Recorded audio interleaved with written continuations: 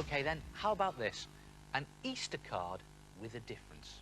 Take an A4 size piece of thin card or thick paper, preferably a nice light colour, and then draw a straight line with a ruler that's roughly a quarter of the way up the card.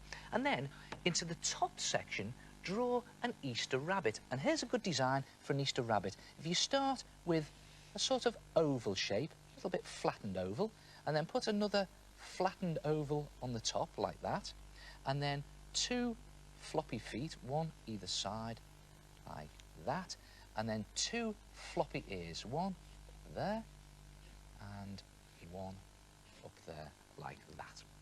And it's a sort of rabbit from the back. And then draw a 6 centimetre square underneath the line that's actually underneath the rabbit's bottom. Now I'm just doing this very roughly to show you. You can measure it up and do it with a ruler. I'll straighten it up when I cut it out. So it looks like the rabbit is sitting on a 6 centimetre square box. And then take two pieces of chalk, a piece of white chalk and a piece of coloured chalk, and with the coloured chalk just do some shading around the right hand side of each part of your rabbit's body. So I'm just going to rub the chalk in nice and thick around this right hand edge of each part of its body.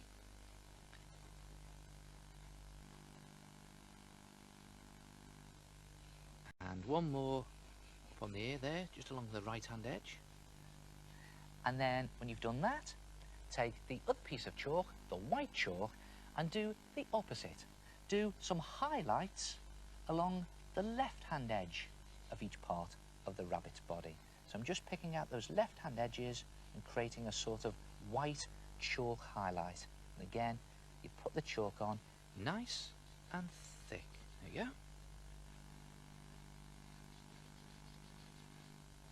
And again, just looking for those left hand highlights.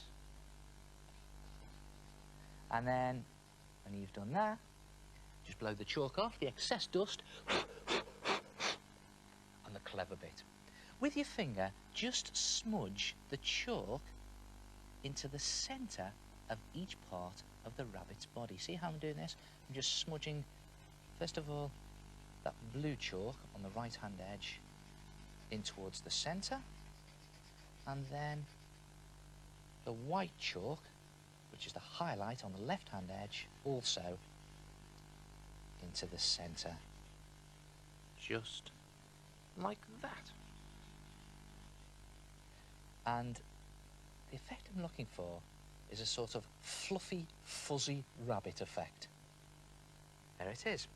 Then take a piece of black chalk pastel or black charcoal and just pick out the outline of each of the parts of the rabbit's body that you've drawn.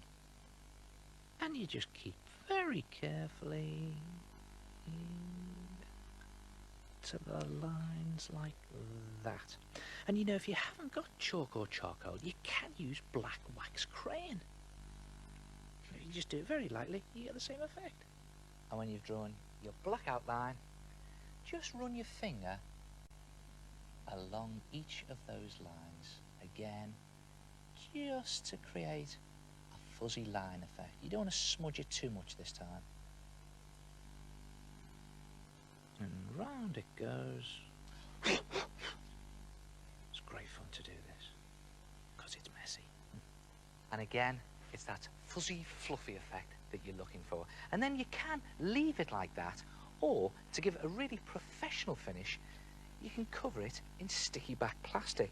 And the advantage of that is it also protects the chalk.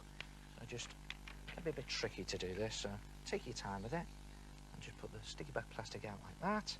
And then place my rabbit on top of the plastic, push it down, and it looks something like that. Look at that. There he is, the old Easter bunny.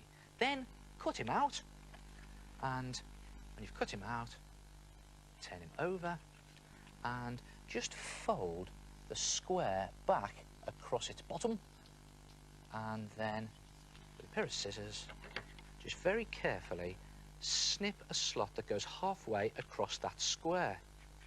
And The idea is to separate half of the square from the rabbit's bum and then snip a small triangle out there. Now watch this. If you fold that square in half up to where you've cut out the triangle, like that, and then fold the rabbit back onto the whole thing like that, when you open it out and you lift up that flap, it stands up by itself. Isn't that a good effect? Then just open it out again, lay it down and put a dab of glue onto its bottom where the tail should go, and take a cotton wool ball or just a clump of cotton wool and press that on, and then you can write a message on the back of it, sneak into someone's bedroom the night before Easter morning and leave it for them as a surprise. Or better still, put one up around the house for everyone to see. Or you could try this, an Easter egg shape that's just an oval sitting on a 6 centimetre square. Try it yourself. An Easter card with a difference. Oh yeah, and perhaps the most important thing of all, have a happy Easter, and I'll see you next time. Ta-ra.